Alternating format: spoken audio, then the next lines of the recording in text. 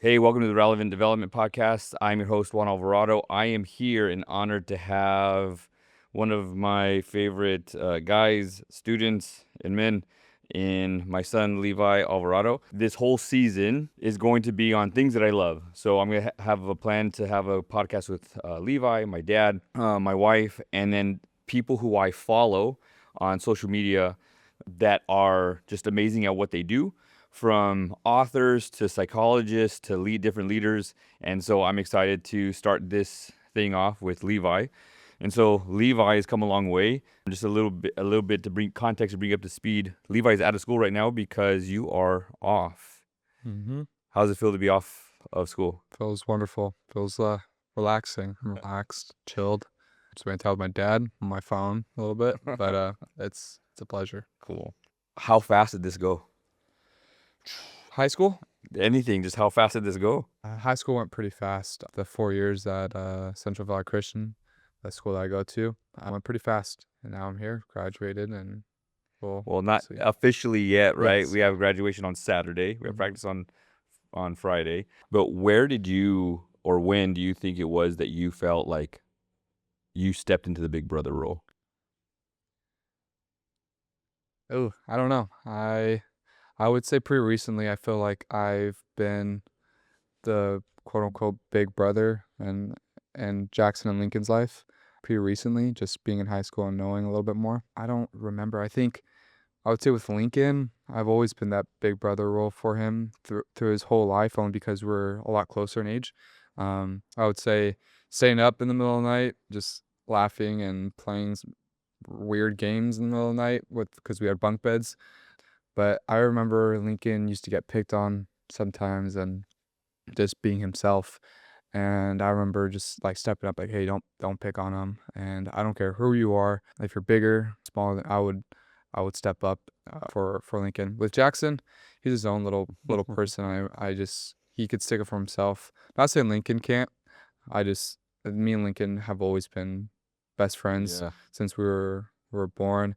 I mean, no shit at Jackson, but I love Jackson and everything.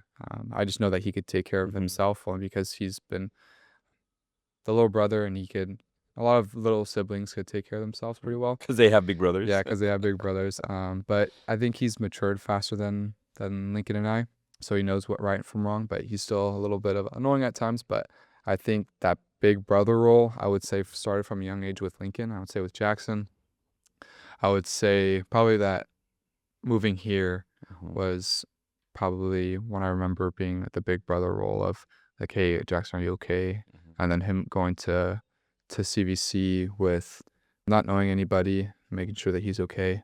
And then with Lincoln, I think just his whole life, I would say. Yeah. So kind of staying in the lane of big brother role, but going to like student teacher relationships. Mm-hmm. You had a lot of teachers, right? From kinder all the way to high school, and coaches. You probably had some that you liked. You Mm-hmm. probably had some that were, and then you had some that maybe you didn't like. I don't know. I think you had, for the most part, you had a lot of really good teachers. Yeah.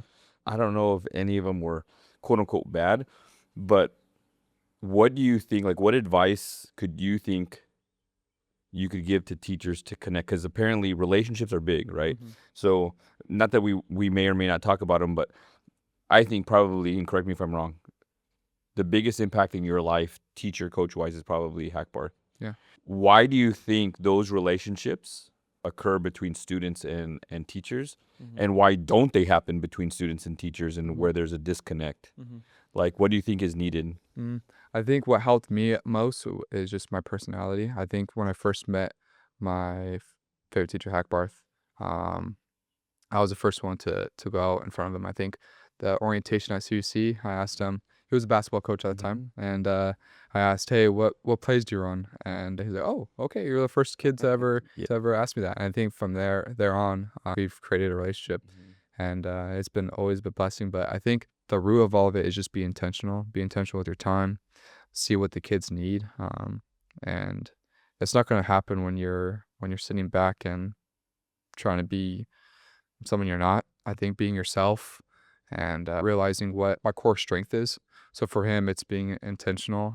It's him being on time and being a man of his word. I think that would be my my advice is be intentional For the teachers? for the teachers. Yeah. Why does Hackbarth have that relationship with you when there's a connection there compared to a teacher in your life that wasn't connected? Like the difference between good teachers and bad teachers from the eyes of students. That's a good question. I think I've only had very few quote unquote bad teachers. I would say they have favorites and they spend their time on certain kids. And I think one of the greater teachers or the better teachers have their eyes open to all. That's cool about Hackbarth. He doesn't care if you're a nerd, if you're really great at sports, if you do plays, like anything. He was like, "Oh, I care and love you for who you are, and it doesn't matter if you suck at school, if you're great at school. Like he loves you for who you are." And I don't think there's a lot of teachers like that, but there's a few that stand out just like him. And I would say that the bad teachers um, don't have that quality in them, but they have the quality of being a great teacher and teaching. They have better qualities in other spaces, but to teach and to care for a kid goes farther than just what's on a textbook. Yeah. Well, and here's the thing that I would say for people listening too is that I pick up just in leadership because I see everything like holistically, like a big thing. There's a lot of you just said it now. Jackson says it, Lincoln says it. Bro, the coach hates me, or this teacher hates me, or whatever. And I'm like, hates is a tough word, or doesn't like me, or has favorites and stuff like that, as you said. And it's just crazy that because my grandpa, my dad was a teacher for so long, where he admits that there are some kids that he gets along with compared to the ones who don't, and the ones who don't is because they cause troubles and issues and stuff. But then you have to sit down and realize, why are those kids causing issues? What's going on at home? What's happening in life? Like Lincoln can be having a bad day here and giving us attitude. And my first thing has been either leave it or, bro, are you okay? Like, is everything okay? Because I haven't done anything, so why do I deserve it? And I don't think enough teachers are intentional, like you said, to say, hey, I don't know what's going on in your life. I don't know what's happening, but I haven't done anything to offend you. And if I have, let me know so I can apologize or whatever. But I would say that teachers that might get not offended, but be like, hey, we don't have favorites. I would caution them to say, you may not have favorites, but in the lens of a student or a kid, they see that. And if they see that, why do they see that? Yeah. Something must have happened. And so do you spend enough time with each individual student, which is hard, for teachers to have 30 kids in a class or whatever. But it's that relationship piece. So you are now going to go from big brother role to on your own by yourself role, right? Yeah. Going to Biola to study what? Kinesiology. What are you most excited about? I'll ask you that first. What are you most excited about? I'm excited to meet my roommate, of course. He's he seemed like a pretty cool guy, but to be involved, to get to know one another. But going out to a new place is a little scary, but I'm up for the quote unquote challenge. I'm excited for everything, what Viola offers, the teachers. What do you think is the most scarier? I would say like the money piece of the whole thing. I think one, the tuition, but also working and receiving the money, but knowing how to spend it, how to budget. Because I have cousins in the past that one know how to budget, and on the other side they don't. And for example, food, clothes, and then now stepping into life with a girlfriend and have to know how to spend money on that, it would be a little bit challenging. But yeah, I'm up for it. I'm ready. What do you think has been the biggest benefit for you? Because moving seemed scary at times, and then we moved you and we took you out from public school and put you in a private school. How do you think that worked out? It was scary, like you said. I remember at the Ridley house, I was behind the couch, and I think Mom only knows this. I was behind the couch, I was crying, and we're getting ready to go to church, and she comes behind. I was like, "Where's Levi?" She comes behind the couch, and I'm crying. She's like, "Levi, get off under the couch." I was like, "What?" I'm like trying to I'm like crying, like leave me alone. Right. And I think that was the time like realizing like, bro, I'm gonna move. And I think the conversation of you saying like, hey, do you guys want to move? Like, we won't do it if you guys aren't involved. And I was like, oh yeah, let's do it. And I remember like, oh dude, this is scary. I would say going to a private school, I know it costs some money, but going to a private school, realizing that there's believers that care about you, within the teachers and staff that's there. To worship with my fellow classmates was pretty dope, and I think that has prepared me in the faith aspect. But all the classes with econ and English, that also prepared me with just real life scenarios, with budgeting, money, and then communication. I think CVC helped me with that. For helped me with that a lot.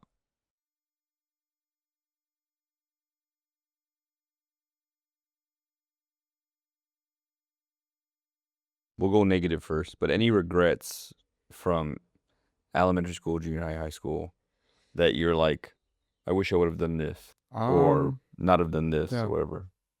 I think looking at Jackson and him going to CVC middle school, seeing how open he is and how, like, I would say how open he is, but how he doesn't care. Like, he just himself. And I remember elementary, middle school, I was all about me. I cared about what other people thought about me. And I would say my biggest regret was not being myself in the sense of like, I'm cool, I'm I'm me, but going back and just being myself, being the person I am now, being being loved in that way would be really cool.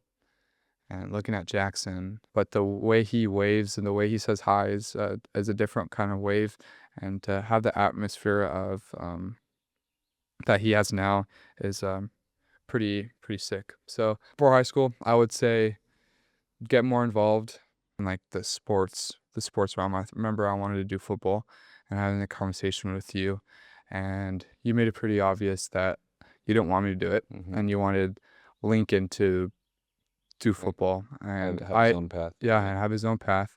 And I respected that. I was like, yeah, Lincoln's always followed in my footsteps. He's always been, oh, that's Levi's brother. And I think he made that a big picture within my sports life of, hey, let Lincoln have this. And I was totally up for it. And I would say not playing football or like not doing a play because my friends didn't think that was cool. I think that would have been pretty fun just to at least do one play. I think that would have been pretty cool. I think that's something I wouldn't normally want to do. But so being involved in extracurricular activities would pretty would have been pretty cool. So that I think that would be my biggest regret was being myself, being out Be there. yourself sooner. Yes, sooner, sorry. And then just being involved in the sports and Yeah, I think one of my biggest things, because you're right, I wanted to, as a dad, you know, all three of you are completely different. But because you and Lincoln grew up together, so you guys are 16 months apart, that, yeah, it was always Levi and Levi's brother. Levi and Levi's brother. And Lincoln didn't have, even when you said, oh, that's Lincoln, Levi's brother, like it still came along with that, I don't want to say baggage, but with that title, right? And yeah, I look back now, I think that's one of my regrets in is two things. One, not putting you guys at CVC sooner. But we didn't, that wasn't that was never the goal. Yeah. I think it was just like the climate that we were in, how the world was starting to go certain ways, and education kind of going downhill, and seeing those things and just wanting more for you guys, and knowing what the options were as far as high schools, and them redistricting and putting the lines and borders in our town to where you wouldn't be able to go to this school, you'd have to go to this school. And it was like, yeah, there's too many stars aligning, if you will, to say, yeah, we're putting you guys over there. And so looking at all the stuff that Jackson goes through, as far as like, you know, he's at camp right now, and they're different class teams and stuff. I couldn't even pronounce some of those things. But it would have been cool to see you guys go through that, and I think you guys would have been a little bit more well versed in some of the education stuff, some of the Bible stuff. Even though you guys know so much, I think you guys know way more than me as an adult when it comes to that stuff. So yeah, that was one of my regrets in that sense. And then two, not allowing you to play football because I kept on going back and forth. My big thing was I think we all thought that basketball was going to be your thing, and so don't get hurt in that sense. And then when you killed it in track, your freshman sophomore year, is like don't even touch football. Yeah. One, give Lincoln his lane, but two, you don't want to get hurt for track or for basketball. But I think it would have been dope to see like what could have been, right? What could have been there and different things. And so, us moms and dads don't get, we don't get everything right in that sense. What advice can you tell Jackson and any other person coming in to their freshman year of high school? Like I said before, just be involved, being like Jackson, for example. We've been having those conversations of, should I play football? And I don't want to play football. I'm like, bro, my biggest advice would be get out there, be put yourself in the different categories. Put yourself in a play. Put yourself in football, basketball, track, baseball. See what you're good at. See where you belong, where God wants you to be. I think the freshman year of high school is the biggest part of like, hey, where do I belong? Where does He want me to be? So I think that would be the biggest advice, and also be coachable. Be coachable in the upperclassmen. See what advice they give you, and the teachers, and the administration, the principal, faculty, the front office. Like wherever there's advice, take it. Because they've been through high school. This is your first year, and yeah. So what does that look like for you? Like, could you take your own advice? Because you are a freshman, if you will, now Yeah. going into college. What does your own advice look like to you going into college? I would say the same thing. I would say to get into intramurals at college. Try new things. I think they have intramurals for a kickball. Like to do that. So I would say, yeah, Levi, you got to be out there, get involved, see if you can help around. And the fact of, does anybody need prayer? Does anybody need communication? Like just to talk. Yeah. So yeah, I would say the same thing. Okay, so taking it to Lincoln, Mhm. what advice can you give Lincoln for his senior year? I would say be the friend that the freshman need, the sophomore need, the underclassmen need. Be the guy that people look up to.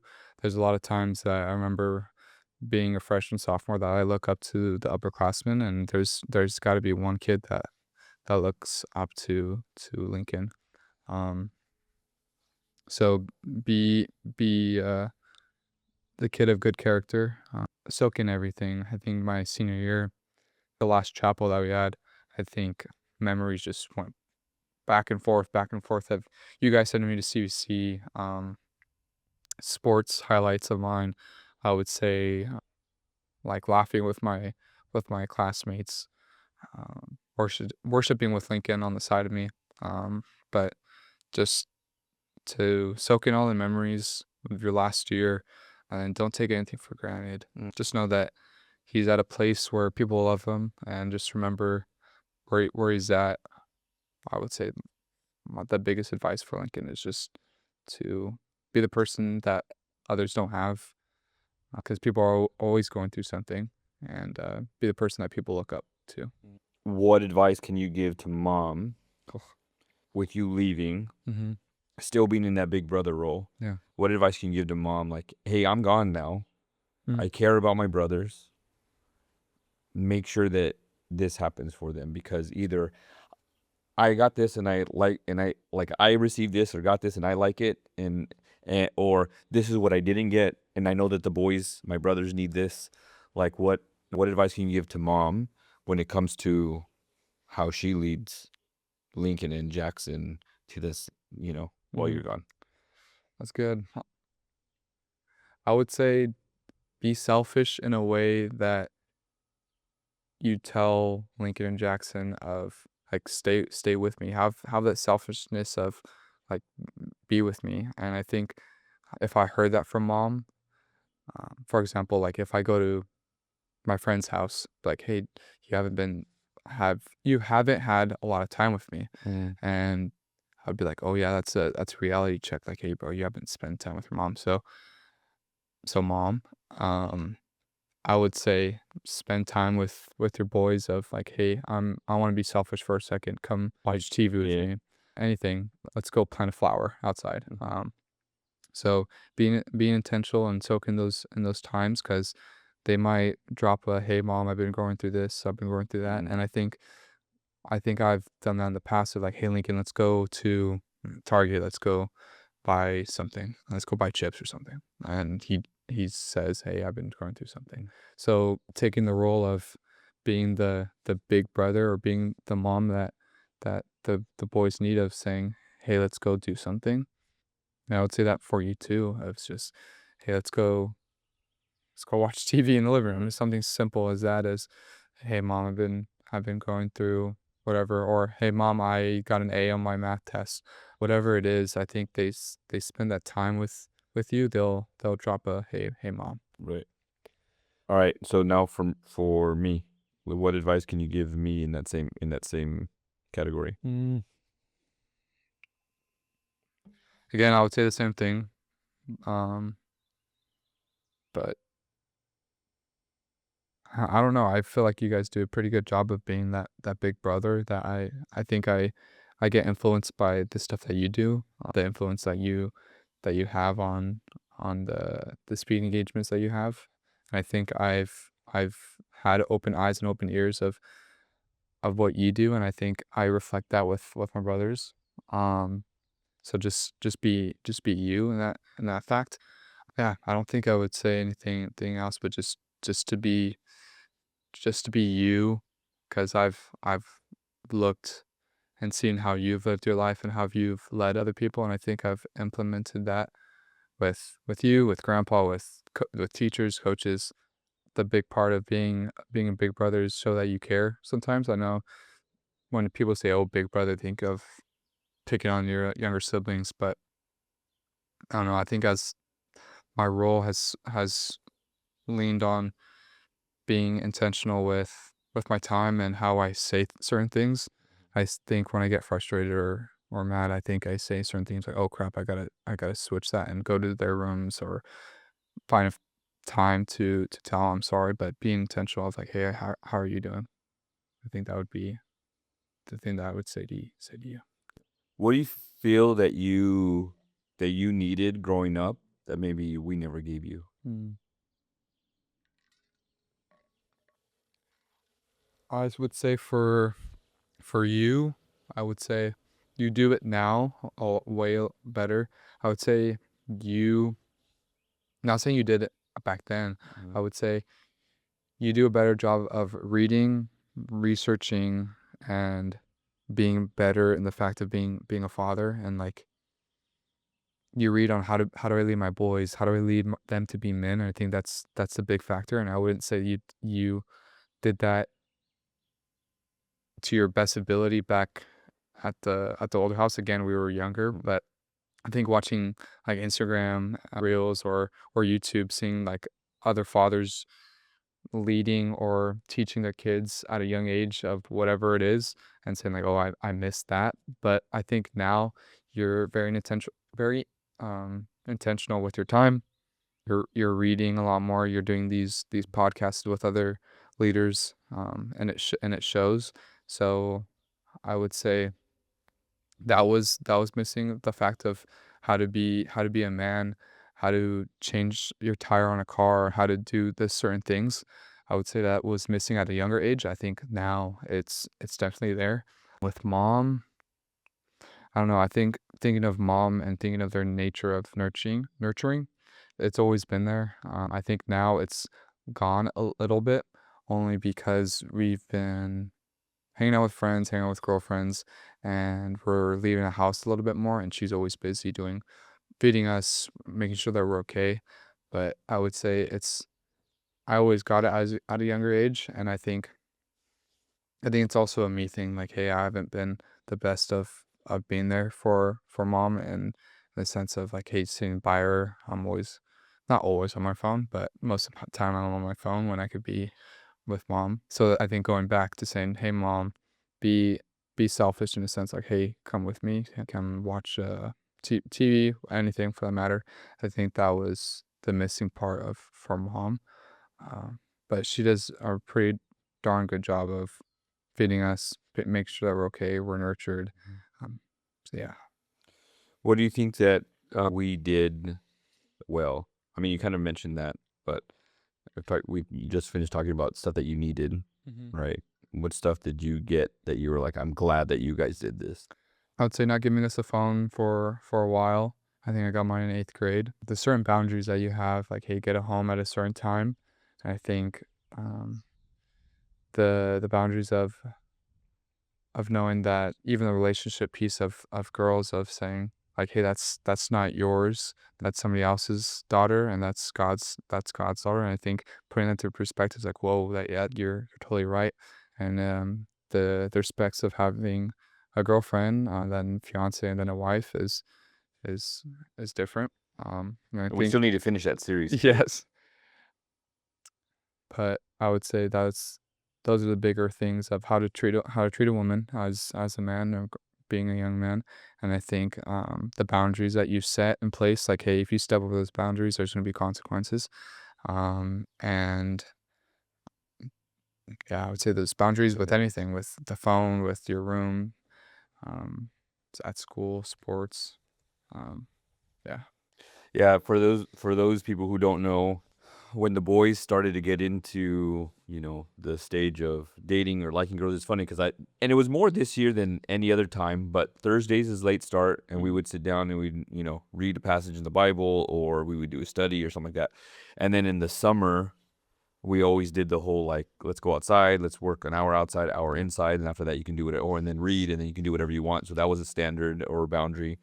And then once you guys got into like girl phase in that sense of dating or liking somebody, there's a app called Right Now Media, and in Right Now Media there are like devotionals or different things that go through the Bible, and there's a series about how men should lead their wife and or girlfriend. And it was so eye opening to me. I watched that series probably 2 or 3 times before I ever introduced it to you and Lincoln. And so it's basically, like you said, having young men or men in general understanding that that's not your girlfriend, that's not your wife, that's not your fiance, that's not even her, the dad's daughter. This is the father, Mhm. heavenly father. That's God's daughter. That's my creation, right? And Yeah. so knowing like when you go out, hey, this is not your girlfriend. Mhm. This is not, Jeff's daughter. Mhm. This is God's daughter, right? And so in the Bible tells us like our kids are not ours. They're gifts from God. And so it's like not only that, Mhm. if we, I don't want to say dumb it down, but if we narrow it down as a child, right, as a kid, you have to understand like I'm a gift to God, Mhm. from God to my parents, and I have to know like how I need to be treated by somebody else, by a woman, and she needs to say I'm a child of God, Yes. and I need to know how the guy needs to treat me. And Yep. so I think I forget all the 4 P's, but there's always 4 P's that I try to teach you guys. Be in physical shape, provide, protect, and then the physical aspect. So Mm. be physically fit just in case shit happens. Can you defend yourself? Can you defend the person that you're dating or family member or whatever? Um, provide either financially as you get older, but cook, clean, do whatever. Protection, protect not only their physical but their spiritual, their mental, like all those aspects. Make sure that they feel safe.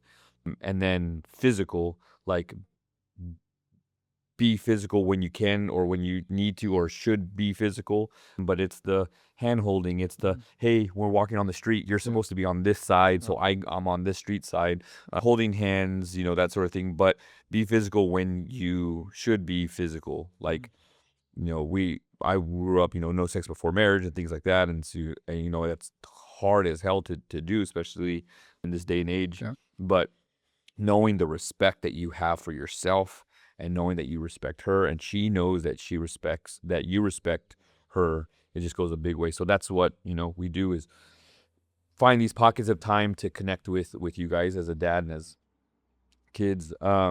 I don't want to say lastly because I don't know where I'm going to go from here, but I just want to say this to the listeners, the viewers, but also to you, like, and for myself.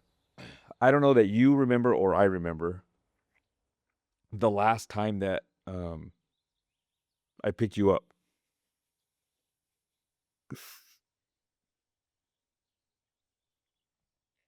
or carried you, and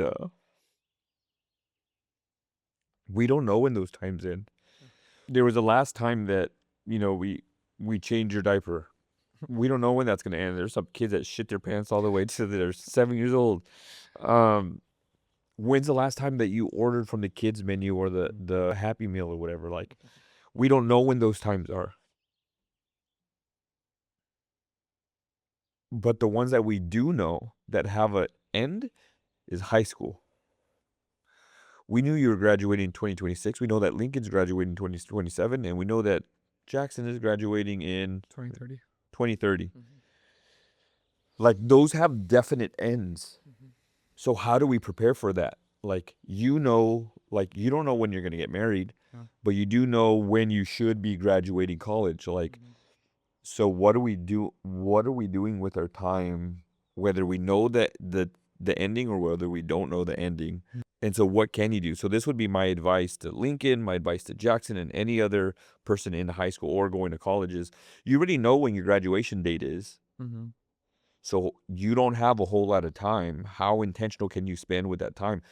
Why can't I go out for football or go to these dances? Oh, I don't want to go to the Lincoln, right? I don't want to go to this dance or whatever. Your freshman year, I think that was one of the things that I'm glad that we did. You didn't want to go to like the first neon dance or yeah. whatever. And we're like, or welcome back dance. We're like, go, Okay. just go, because you're only going to get 4 of those, right? And so those high school students, like, you're only going to get those 4 formals, those for some schools that have just junior and senior prom, those 2 proms, those 4 Sadie Hawkins dances. Like, you're only gonna get so many football games. Like, just go, just do it, because you know when that day ends. And so for some people, like, they're still gonna live at home. Some people are gonna go to college or whatever. But like, we know when that graduation date is, and I think that's why it's so difficult. Is because people don't think about that. Yeah. So my advice to parents and to students and stuff like that is know the date and do everything that you can to put as many memories and less regrets in those moments. But here's the hard part is that I don't know that parents think about very often, or kids think about,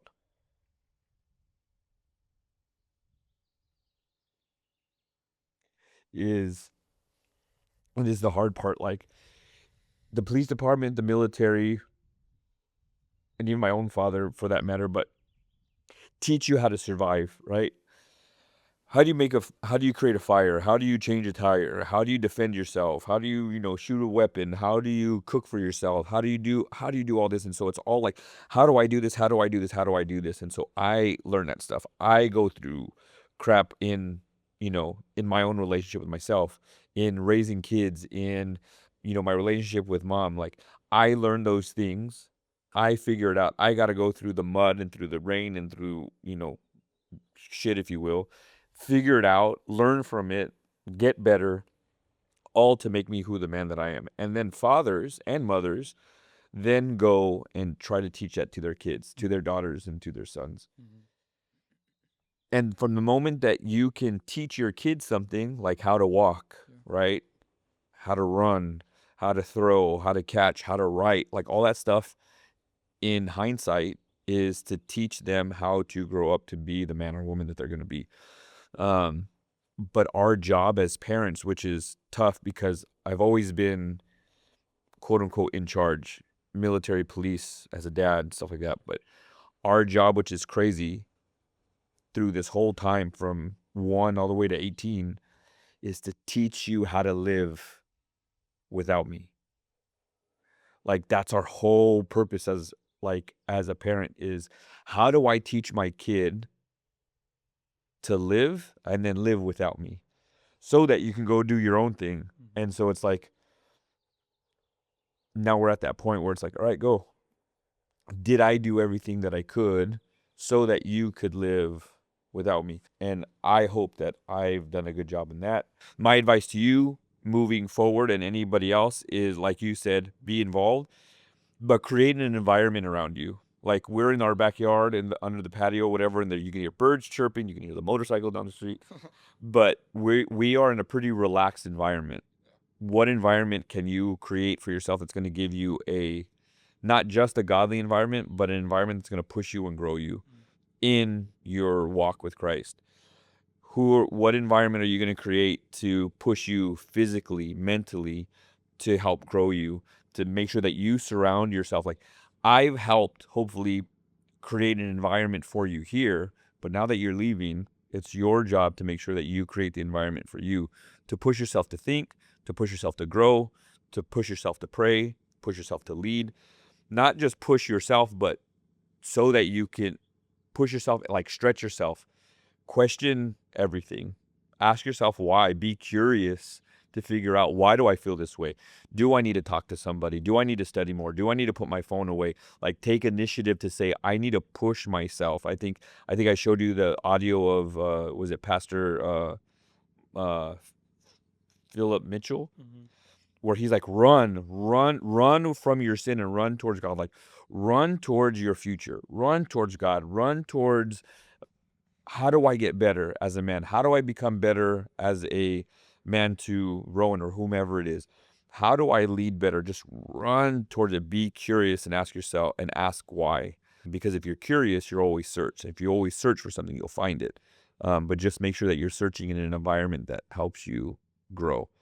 Because I just pulled one out just the other day, but there's weeds here.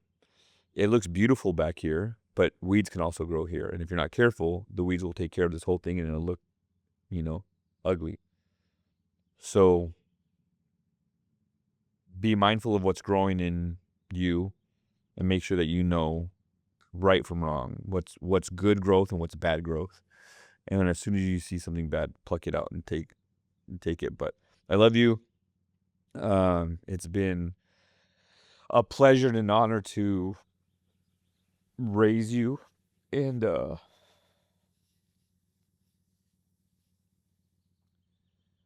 I love the man that you've become.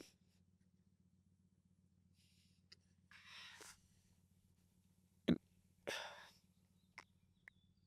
and I know that I've messed up a lot in the beginning of life, and I know that it doesn't make it right.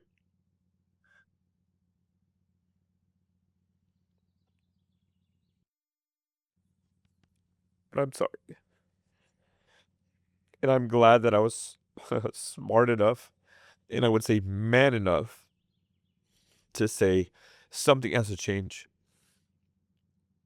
And I'm so glad that I did. I'm glad that I stepped up and into uh, leadership. I stepped up and into leading you and mom and myself better. And I now get to see the fruits of that growth and who you've become as a big brother, waking up or coming home from the gym, at 6:30, and seeing you at the island, eating and reading your Bible. Um, when we're at church or somewhere else and somebody walking up to us and saying, I love watching your family like worship or at church, or my wife and I, we were watching you guys, eat, not in a creepy way, at a restaurant, saying, I love the way that your family is. Like, I wish that I can be a dad like you, or I wish my kids were like this. And it's been a great return on our investment, not just money wise to put you at CVC, but a return on I would say but I can only speak for myself, and I'm sure mom agrees. But in my investment to change, to get better, to seek, counseling from deployment and things like that. But in praying for you guys daily, reading my Bible, praying over friends when you were younger, praying over the girl that you'll date, praying for your teachers before you even had them, like planting that seed, like we've gotten a return on investment in that. And I want you to know, and even though I tell people don't do this, but I'm proud of you. But you should be proud of yourself because you put in the work. You had a choice to follow our lead or not, to wake up early and read your Bible or not do it, to be the big brother or not to do it. And you chose to. And that shows your heart. And I think that's one of the biggest things that people say, teachers, coaches, mom, your family, is, man, Levi's heart for other people is so big. Continue to do that, because, and then I won't say his name, but even the student at school, like, the fact that that kid said, the only thing that keeps me going, or the only person that made me feel like a human, was Levi. Like, it just lets us know that we did a good job in raising you, but we don't get the attaboys if you don't put in that work. And so you should be proud of yourself for that. And I'm so excited for you. So excited for you. I'm excited for all your brothers. It just, you're here at this level first. And I'm going to be just as excited for Lincoln and just excited for Jackson when they get there. But, like, this is huge. This time, when I was your age, I'm getting ready to pack up to go to boot camp and leave home and get yelled at and, totally change the trajectory of my life. And you're at a point where it's going to totally change the trajectory of your life. And I'm so excited to see where you go, where you end up, and who you become in the process. It's not about the place, it's about the path. Who you become along that path, who you meet along that path. So yes, kinesiology is out there, work is out there, a marriage is out there, maybe kids is out there, but it's about who you become and who you meet along the way. Enjoy the path. Like you said, be intentional. You're going to get there. Yeah. It's going to be your senior year in college. There's going to be something else that's there. Just enjoy it. Be involved, and I love you, kid. Yeah. Any last words? No, I think to sum up everything is just be intentional and spend time with your kids. That's staff, admin, parents, grandparents, whatever it is, be intentional, take time, make relationships, because you're meant to be on this earth and you're meant to do something. So why not share it out with other people and share out your wisdom, your knowledge, and yeah, I would say that would be my biggest advice. Cool. All right, well, that's it. Thank you for joining us. Thank you for being with us and listening to our conversation. This is the Relevant Development Podcast, where we try to make your development relevant. So hopefully you took some notes of how to be intentional with yourself, how to be intentional with your kids, whether that's with your own kids, with your students. Don't forget to leave a comment and like, subscribe, do all the fun stuff that we ask you to do to keep this going. And I hope that your development is relevant to your growth. And that's it. All right. You ready to go have lunch? Let's go eat.